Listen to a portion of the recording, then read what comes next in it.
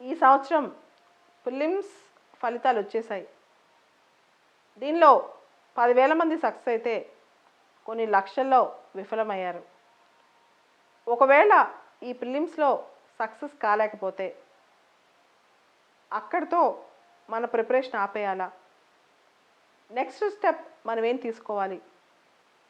అసలు ఎప్పటికైనా మనకు సక్సెస్ వచ్చుద్దా? ఇలాంటి సందిగ్ధంలో చాలామంది విద్యార్థులు ఉంటారు. వచ్చే ప్రిలిమ్స్ జూన్ 27.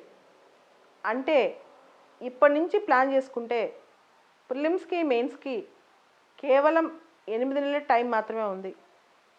ఈ 8 నెలల టైంలో వచ్చే 2-3 నెలలు ఈ రిజల్ట్ మీద బాధపడుతూ వేస్ట్ చేసేస్తే వచ్చే సంవత్సరం రిజల్ట్స్ కూడా కష్టం అవుతాయి.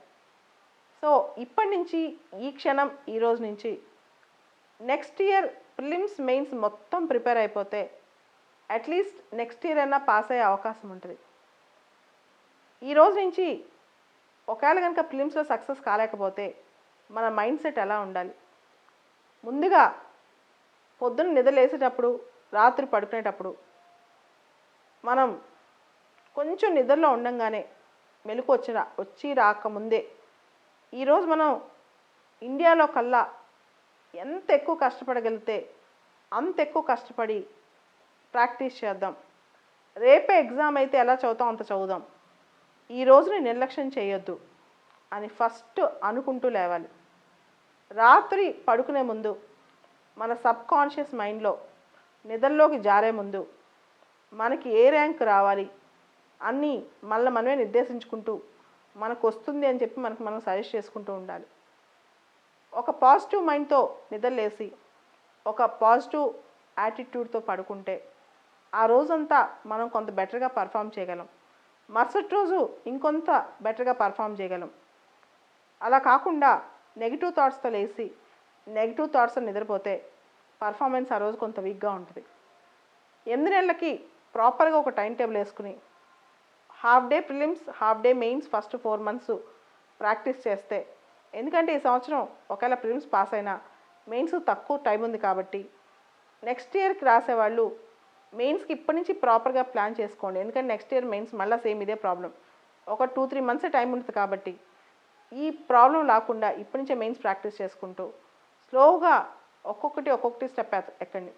సివిల్ సర్వీసెస్ ప్రిపరేషన్ అనేది ఓవర్ నైట్లో చేసేలేం. It's a process. రోజు కొంచెం టైం అంతా వినియోగించి ఒక్కొక్క స్టెప్ ఎక్కుతూ వెళ్ళాలి. కాబట్టి ప్రతిరోజుని ఒక డిఫరెంట్ 24 hours ఒక సెట్ లాగా ఆలోచించి దానిలో మనం 100% ఇన్పుట్ ఇస్తున్నామా, ఆ రోజు ఏం నేర్చుకున్నాం అని రివిజన్ చేసుకుంటూ అదే మైండ్ 100% అదే ఫోకస్లో ఉంటూ మనం కొంచెం టార్గెట్ పెట్టుకుని వెళ్ళాలి. ఇక్కడ అన్నీ చుట్టుపక్కల ఉన్న అంశాలన్నీ పక్కన పెట్టేసి మన ప్రయారిటీస్ మార్చేయాలి. లైఫ్ని ఎంత సింపుల్గా వీలైతే అంత సింపుల్గా మార్చుకుని మిగతా పనులన్నీ పక్కన పెట్టి ఓన్లీ 8 months దీనికోసం కూర్చోవాలి. అలా ఉంటే అట్లీస్ట్ నెక్స్ట్ ఇయర్ అయినా సక్సెస్ వచ్చింది. ఈ 8 months కూడా కొంచెం ప్రణాళికతో, ఎందుకంటే ఈ సంవత్సరం prelims question paper, last year question paper చూశాక క్వశ్చన్ పేపర్లో ఏ డైరెక్షన్ నుంచి క్వశ్చన్స్ వస్తాయో, ఏ సబ్జెక్టులో ఎక్కువ క్వశ్చన్స్ వస్తాయో ఎవరికి అర్థం కావట్లేదు. కాబట్టి ఏ విధంగా క్వశ్చన్ పేపర్ ఇచ్చినా ఒక 110 marks ఈజీగా వచ్చేటట్టు చూసుకుంటే ఏ కేటగిరీ వాళ్ళైనా సక్సెస్ అనేది చాలా ఈజీ అవుతుంది. అలా కాకపోతే అటు ఇటు ఉండి 15-20 రోజులు టెన్షన్ పడి రిజల్ట్లో ఫెయిల్ అయిపోతే మళ్ళీ దాని గురించి 2-3 నెలలు ఆలోచించుకి మళ్ళీ ఎగ్జామ్స్ అప్పుడు హడావుడి పడిపోయే కన్నా ప్రాపర్గా ప్లాన్ చేసుకుని ఇప్పటి నుంచి జరిగిపోయింది. ఒకవేళ ఫెయిల్ అయితే ఈ క్షణం నుంచి మనం కొంచెం డైరెక్షన్ మార్చుకుని ప్రాపర్గా చదివితే బెటర్గా ఉంటుంది.